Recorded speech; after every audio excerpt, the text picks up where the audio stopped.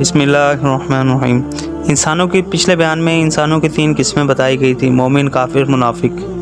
ایمان والوں کی بھی صفات بتا دی، کافروں کی صفات بھی بتا دی، منافقوں کی صفات بھی بتا دی۔ آج کے بیان میں حضرت آدم علیہ السلام، حضرت حوا علیہ السلام کا قصے کے بارے میں بات ہوگی۔ حضرت آدم علیہ السلام، حضرت حوا علیہ السلام کا قصہ جو ابلیس لعین کے ساتھ پیش آیا، حقیقت میں ساری انسانیت اور اس دنیا کی ابتدا سے انتہا تک کا قصہ ہے۔ یہ قصہ حق و باطل، خیر و شر کے درمیان دائمی کشمکش کی نشاندہی کرتا ہے۔ آدم علیہ السلام، یہ قصہ حضرت آدم علیہ السلام کی عظمت شان بتاتا ہے۔ انہیں عرضی خلافت عطا کی گئی تھی، ایسے علم سے نوازا گیا تھا جو فرشتوں کے پاس نہیں تھا۔ ملائکہ کو ان کے سامنے سجدہ ریز ہونے کا حکم دیا گیا۔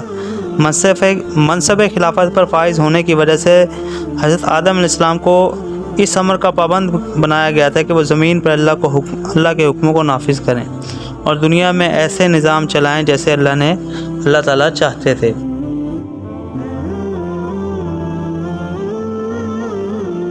یوں تو قرآن کریم کے متعدد مقامات پر بنی اسرائیل کا تذکرہ ہے، لیکن اس بارے میں سب سے زیادہ تفصیل سے جو بحث کرتی ہے وہ سورہ بقرہ کرتی ہے۔ پہلا پارہ تقریباً پورا ہی ان کے تذکرے پر مشتمل ہے۔ اس تذکرے میں سب سے پہلے تو یہ بتایا گیا کہ اللہ تعالیٰ نے بنی اسرائیل کو بے شمار ظاہری، باطنی، دینی، دنیاوی نعمتیں عطا کی تھی۔ مثلا ان کے اندر کثرت سے انبیاء پیدا فرمائے، انہیں دنیاوی خوشحالی عطا کی، عقیدہ توحید اور ایمان کی نعمت سے سرفرازہ اللہ تعالیٰ نے، فرعون کے مظالم سے نجات دی۔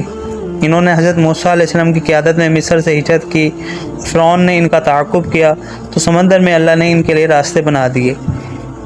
ان پہ ظلم و ستم ڈھانے والوں کو اللہ نے ان کی نظروں کے سامنے ان کے لشکر کے سمیت غرق کر دیا۔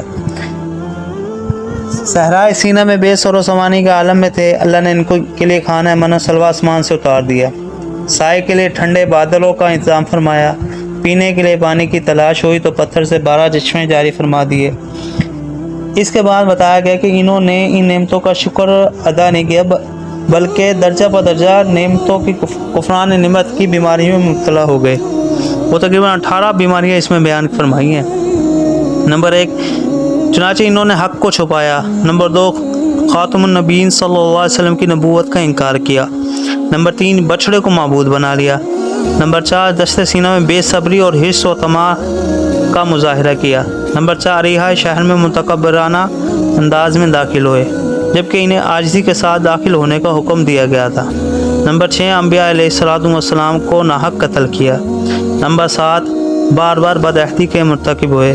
نمبر 8، ان کے دل سخت ہو گئے تھے۔ نمبر 9، انہوں نے کلام اللہ میں لفظی و معنوی تحریف کی۔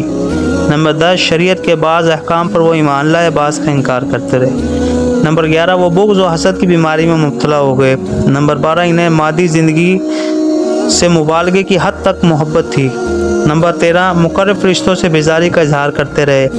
نمبر 14، سحر و کہانت میں بے حد دلچسپی رکھتے تھے۔ نمبر 15، ان کے ہاں ایسے عملیات کو قبول عام حاصل تھا جن کے ذریعے سے میاں بیوی کے درمیان جدائی پیدا کر کے عشق مزاجی کی راہ ہموار کی جائے۔ نمبر 16، بد عملی کے باوجود جنت کے واحد ٹھیکیدار ہونے کا دعویٰ کرتے تھے۔ وہ بڑے یقین سے کہتے تھے کہ جنت میں صرف وہی جا سکتا ہے جو یہودی ہو، اور یہی دعویٰ نصارہ بھی کرتے تھے۔ نمبر 17، یہ جو نصارہ کا یہ دعویٰ ہے، اور نمبر 18، ان کے ساتھ دونوں یہ دعویٰ بھی کرتے تھے کہ ہم ہی حق پر ہیں اور ہمارے مخالف فرقے کے پاس نہ کوئی دلیل ہے، نہ کوئی ان کے پاس عقل ہے۔ اس طرح کی باتیں یہ لوگ کرتے تھے۔ سوچنا اور عبرت اور نصیحت کی بات تو یہ ہے کہ کہیں ان خرابیوں میں سے کوئی خرابی ہم میں تو نہیں پائی جاتی۔ ہم بھی مسلمان ہونے کے باوجود ان سے زیادہ ہم غلطیاں، کوتاہیاں اور خطائیں کرتے ہیں، لیکن یہ ہمارے اوپر اللہ کا احسان ہے، انعام ہے کہ ہم ان سب بیماریوں کے، بلکہ ان سے زیادہ بیماری رکھنے کے باوجود اللہ تعالیٰ نے ہماری پکڑ نہیں فرمائی۔ اللہ تعالیٰ نے ہمیں ان کی طرح عبرت نہیں فرمائی، اللہ تعالیٰ نے ہمارا ویسا انجام نہیں کیا۔ یہ اتنے خرابیوں کے باوجود ہم مسلمان آج تک محفوظ کیوں کریں؟ یہ ہمارے نبی صلی اللہ علیہ وسلم کی بے حد قربانیاں ہیں، اور بے حد ان کی مشقتوں کو برداشت کرنا ہے، اور رو رو کے ہمارے اور آپ کے لیے دعا کرنا ہے۔ کل قیامت کے دن جب کوئی سایہ نہیں ہوگا، اللہ کے عرش کے سائے میں ہم ہوں گے انشاءاللہ۔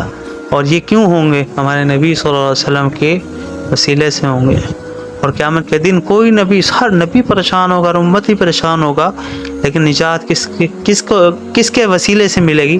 ہمارے نبی صلی اللہ علیہ وسلم کے وسیلے سے ملے گی۔ لہٰذا ہمیں چاہیے کہ ہم فارغ وقت میں قرآن کا، حدیث کا مطالعہ کریں اور اپنے گناہوں کو یاد کر کے اللہ سے معافی مانگیں، اور قرآن سے جتنی محبت ہوگی اتنی ہی ہمیں کامیابی ملے گی۔ کامیابی کی صرف ایک ہی راہ ہے، وہ ہے اللہ تعالیٰ کا قرآن۔ تو اللہ تعالیٰ ہمیں ان پہ قرآن سے محبت عطا فرمائے، شغف عطا فرمائے، قرآن کو سننے کی، سمجھنے کی توفیق عطا فرمائے۔ جزاک اللہ۔